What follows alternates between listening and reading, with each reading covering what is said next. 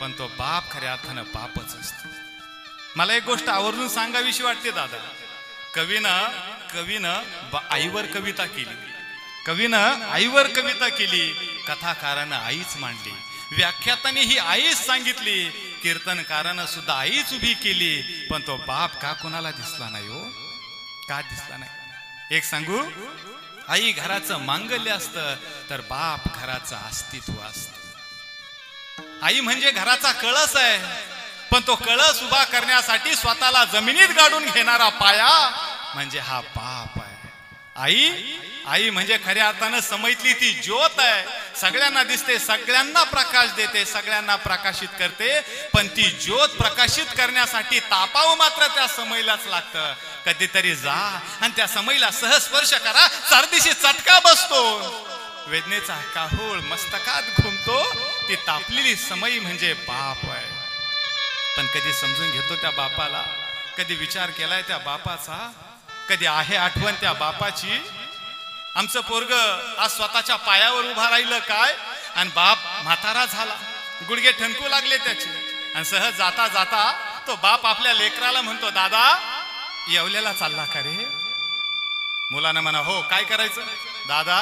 4 दिवस झाले रे, पाय खूप ठणकू लागला, झोप नाही रे दादा, पाय दुखू लागला, कंबर दुखू लागलं, येताना ठणकीच्या 4 गोळ्या आणतो का रे दादा? मुलाच्या हातात डबा घ्यावा बापानं, पोरानं डबा धार दिवशी भिंतीवर फेकून मारावं आणि लगेच म्हणावं, लावले हटकन या डांगऱ्यानं. कुठंतरी चांगल्या कामात गेलो, लावले हटकन.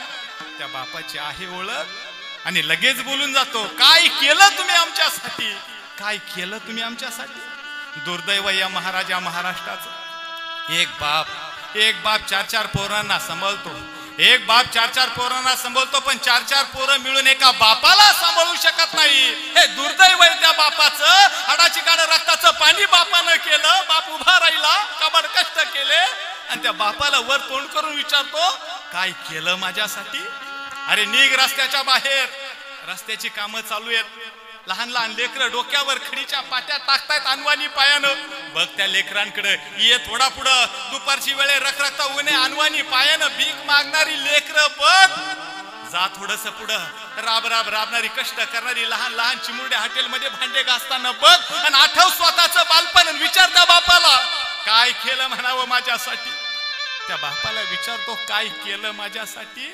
अरे भर जेव्हा तुझं बालपण, तुझं आयुष्य सुखात जावं म्हणून भर जवानीमध्ये म्हाताऱ्या झालेल्या बापाला तोंड करून विचारतो, काय केलं माझ्यासाठी.